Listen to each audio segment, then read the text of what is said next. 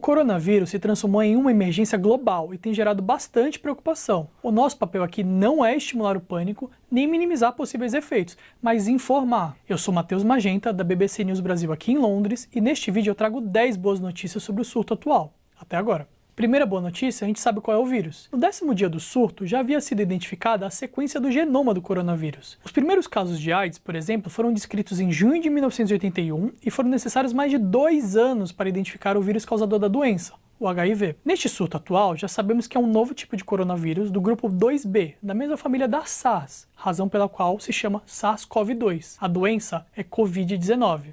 Ficou claro? O vírus se chama SARS-CoV-2 e a doença Covid-19. As análises genéticas afirmam que ela tem uma origem natural recente, ou seja, chegou aos seres humanos entre o final de novembro e início de dezembro, e que, embora os vírus sofram mutações, a frequência de mutação desse coronavírus não é muito alta, pelo menos por enquanto. Segunda boa notícia, a gente sabe como detectar o coronavírus. Desde 13 de janeiro, com base em informações divulgadas pela China, governos e especialistas de todo o mundo puderam desenvolver testes de laboratórios para detectar o vírus. Também passamos a adotar outras formas de diagnóstico, como análise clínica feitas por médicos e exames de imagem do pulmão. Isso porque esse coronavírus afeta o pulmão de uma forma bastante peculiar e muitas vezes é visível em um exame desse tipo. Terceira boa notícia. Na China, a situação está melhorando até agora. As fortes medidas de controle e isolamento impostas pelo governo parecem estar gerando resultado positivo, segundo as estatísticas oficiais. Há semanas, o número divulgado de casos vem diminuindo a cada dia. É claro que a gente não sabe o que vai acontecer quando essas medidas forem flexibilizadas.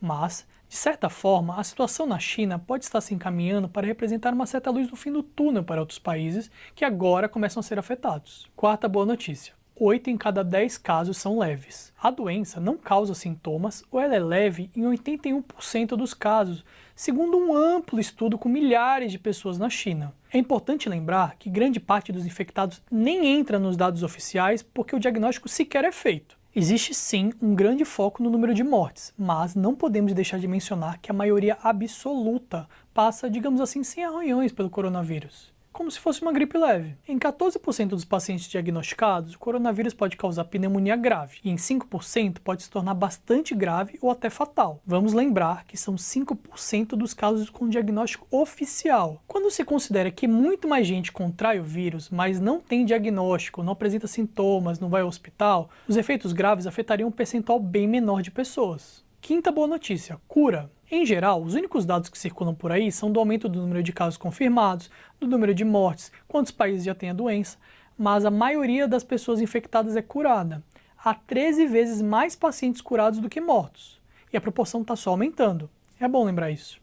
No último vídeo que fizemos, muita gente se perguntava se a doença tinha cura. Até agora, não tem cura por meio de remédio que possa encurtar o período de infecção pelo vírus. Mas tem cura sim quando a gente considera que nosso sistema imunológico enfrentou o vírus. Esse ciclo de infecção pelo vírus normalmente se encerra depois de 2 semanas. Não é como o HIV, que permanece no corpo e demanda um acompanhamento permanente. Sexta boa notícia, o coronavírus quase não afeta os mais jovens. A mortalidade em pessoas com menos de 40 anos é de apenas 0,2%, isso segundo dados do estudo da China com mais de 44 mil pessoas. Nas crianças, os sintomas tendem a ser leves e podem passar despercebidos, e não levar a um diagnóstico formal e assim entrar na conta de pessoas que ficaram doentes. É claro que essa é uma boa notícia que não pode tirar o foco de uma má notícia, que é a vulnerabilidade das pessoas mais velhas, mas este é um grupo de risco para quase todas as doenças. Sétima boa notícia, esse vírus é facilmente inativado. Isso pode ser feito com diversas soluções em apenas 1 minuto, envolvendo produtos com álcool ou água oxigenada, por exemplo. Segundo especialistas e autoridades, a lavagem frequente das mãos com água e sabão é a medida mais eficaz de evitar o contágio. Lavar as mãos de 5 a 10 vezes por dia é o mais recomendado. Lembrando que sempre que voltar da rua e depois de usar o transporte público é fundamental. Oitava boa notícia, já existem mais de 150 artigos científicos. É tempo de ciência e cooperação, além de muitos outros disponíveis em bancos de artigos que ainda não foram revisados por seus pares. São trabalhos preliminares sobre vacinas, tratamentos, genética, epidemiologia, diagnóstico e aspectos clínicos. Esses artigos foram produzidos por quase 700 autores espalhados pelo planeta. Em 2003, quando a SARS aconteceu, por exemplo, levou mais de 1 ano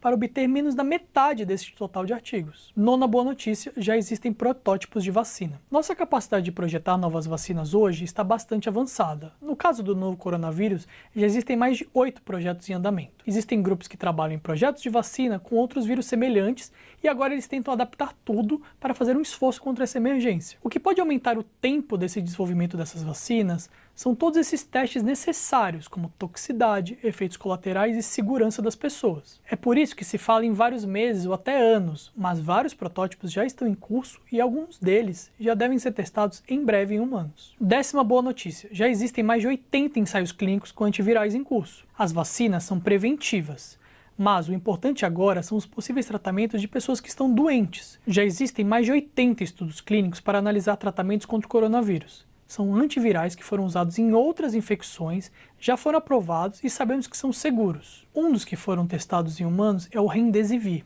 um antiviral de amplo espectro, ainda em estudo, que já foi testado contra Ebola, SARS e MERS. Outro candidato é a cloroquina.